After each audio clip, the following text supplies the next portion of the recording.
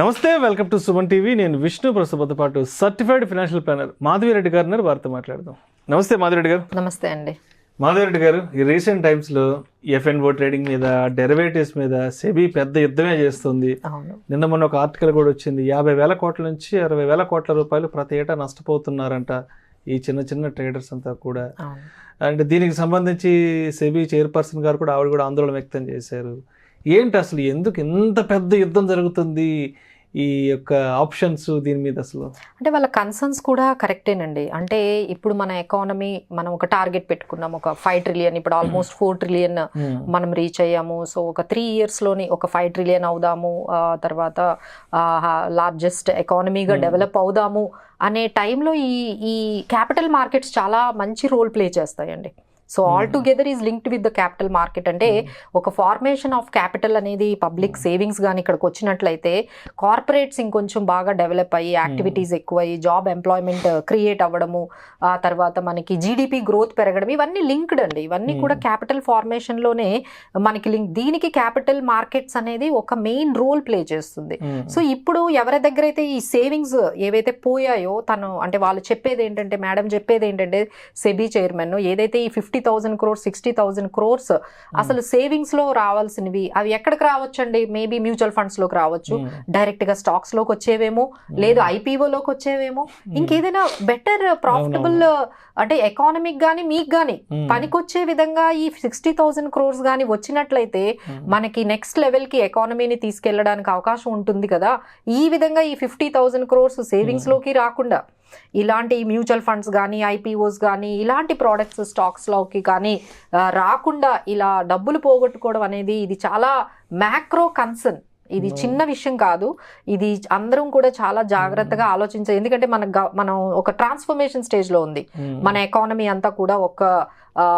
ఒక next developed కంట్రీగా, లేకపోతే ఒక లార్జెస్ట్ ఎకానమీగా అయ్యే ఈ ట్రాన్స్ఫర్మేషన్ స్టేజ్లో ఈ విధంగా సేవింగ్స్ అనేవి మన పోగొట్టుకోవడము అన్నెసరీగా అనేది ఒక సెట్ బ్యాక్ ఫర్ ఎకానమీ. ఇండియాకి ఇది చాలా సెట్ బ్యాక్ అని చెప్పి ఆమె చాలా కన్సర్న్స్ అయితే చెప్తుందండి. దానికి తగ్గట్టుగా వాళ్ళ రిపోర్ట్స్ కూడా, వాళ్ళ దగ్గర డేటా అంతా ఉంటుంది కదండి. We cannot say that is wrong, that is a very correct data వాళ్ళు చూపిస్తున్నారు. అంటే ఎవ్రీ 10 members లో 4 members ఇన్వెస్టర్స్ అందరూ కూడా 30 years బిలో, అందరూ కూడా యంగ్ ఇన్వెస్టర్స్ అండి. ఇప్పుడు ఎవరైతే ఈ డబ్బులు పోగొట్టుకుంటున్నామని ఏదైతే మాట్లాడుతున్నామో వాళ్ళందరూ కూడా 30 years బిలో వాళ్ళే ఎక్కువ మంది కనిపిస్తున్నారు. సో అది కూడా ఆమె బిగ్గెస్ట్ కన్సర్న్ గా చెప్తున్నారు. సో ఈ అమౌంట్ అంతా పోతుంది అనేది వాళ్ళు చెప్తున్నారు. సో దీనివల్ల ఏంటంటే మనం చాలా దీనికి సంబంధించి ఫైనల్ గా వాళ్ళ కంక్లూజన్కి అయితే వచ్చారండి. దీన్ని ఆపేద్దాము ఎట్లయినా, ఇది ఇంకొక టర్న్ గా వెళ్తుంది అని చెప్పేసి. సో వాళ్ళు సజెస్ట్ చేసేవి కొన్ని ఒక 7 measures సజెస్ట్ చేశారు. ఒక కన్సల్టేషన్ పేపర్ కూడా వాళ్ళ ముందుకైతే క్లారిటీగా వచ్చిందంటే ఇవి చేసి ఈ విధంగా ఆపుదాం అనేది. సో మేబీ ఇవి ఫ్యూచర్లో నెమ్మదిగా ఇంప్లిమెంట్ చేయొచ్చండి, ఫేజ్ వైజ్. ఒకేసారి ఇప్పుడు మనం ఏమైతే మెజర్స్ చెప్తున్నామో అవి ఒకేసారి కాకపోయినా ఫేజ్డ్ మేనర్లో చేసే అవకాశం అయితే కనిపిస్తుందండి. So first of all contract sizes, retailer investors participation తగ్గించాలి అంటే కాంట్రాక్ట్ సైజ్ పెంచామనుకోండి ఒక 20 లక్షలకి, చాలా మంది అక్కడే ఫిల్టర్ అయిపోతారు. సో ఇది ఎలాగ ఎస్టీటీస్ అయితే ఆల్మోస్ట్ పెంచారు, దానికి ఎవరు భయపడట్లేదు. సో ఇప్పుడు ఆమె చాలా రోజుల నుంచి స్టేట్మెంట్స్ చెప్తుంది, అసలు ఏమైనా తగ్గుతుందా, అసలు ఎఫ్ఎన్ఓ ట్రేడింగ్ అనేది అసలు తగ్గడం లేదు, అది పెరుగుతూనే ఉంది ఇయర్ కి. So now they wanted to go for next level కి వెళ్దామని. ఈ రీటైల్ పార్టిసిపేషన్ తగ్గించాలంటే 20-30 lakhs వరకు కాంట్రాక్ట్ సైజెస్ గానీ చేస్తే ఈ రీటైల్ పార్టిసిపేషన్, తర్వాత ఆప్షన్ ప్రీమియం ని అప్ ఫ్రంట్ లోనే తీసుకోవాలి. అంటే మీరు ఆప్షన్స్ బై చేయాలంటే ముందు మీరు బై చేసి, అంటే పే చేసి మీ అకౌంట్ లో వాళ్ళకి పే చేసి వెళ్ళాలి.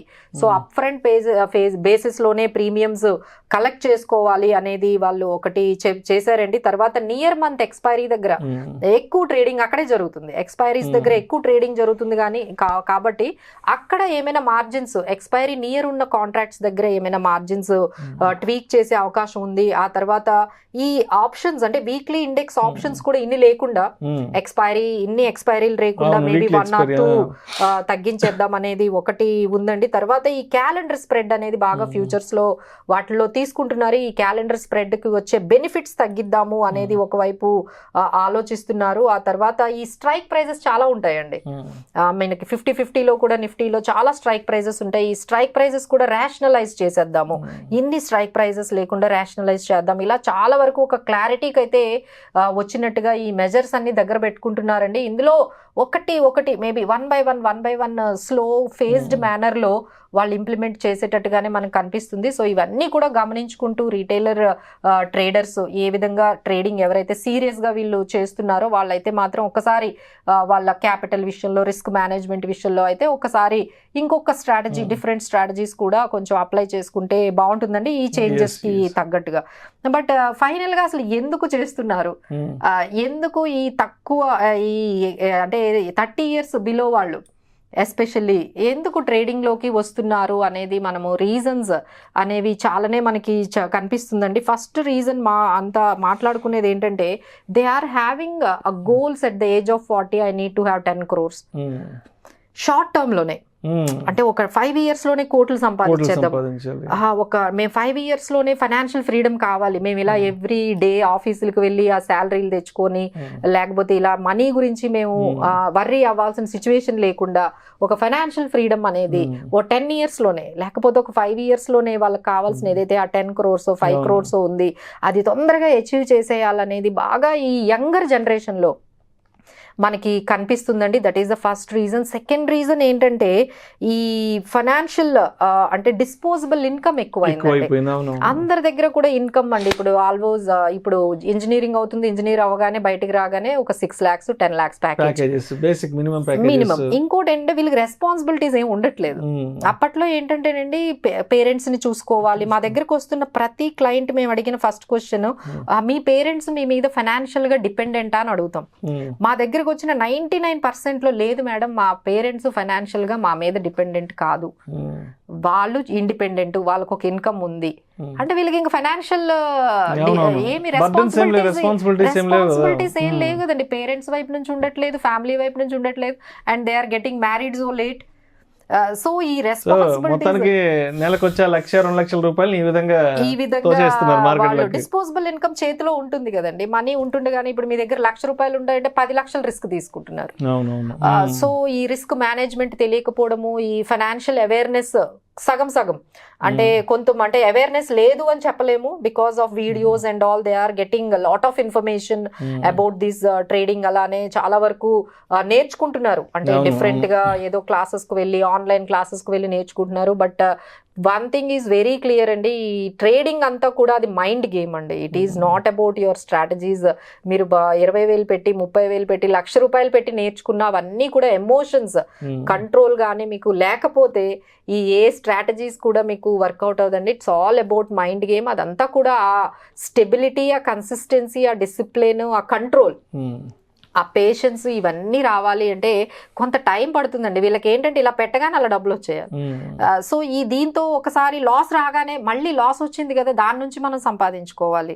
సో మాకు వచ్చిన రీసెంట్ కాల్స్ కూడా ఇలానే ఉంటాయి, మేడం నా దగ్గర ఒక 6 lakhs పోయాయి, నేను ఎలా దాన్ని మళ్ళీ తెచ్చుకోవాలి, మళ్ళీ ట్రేడింగ్ టిప్స్ చేసి మళ్ళీ స్ట్రాటజీస్ చేసి 6 లక్షలు పోగొట్టుకున్నవి మళ్ళీ నేను ఎలా తెచ్చుకోవాలి.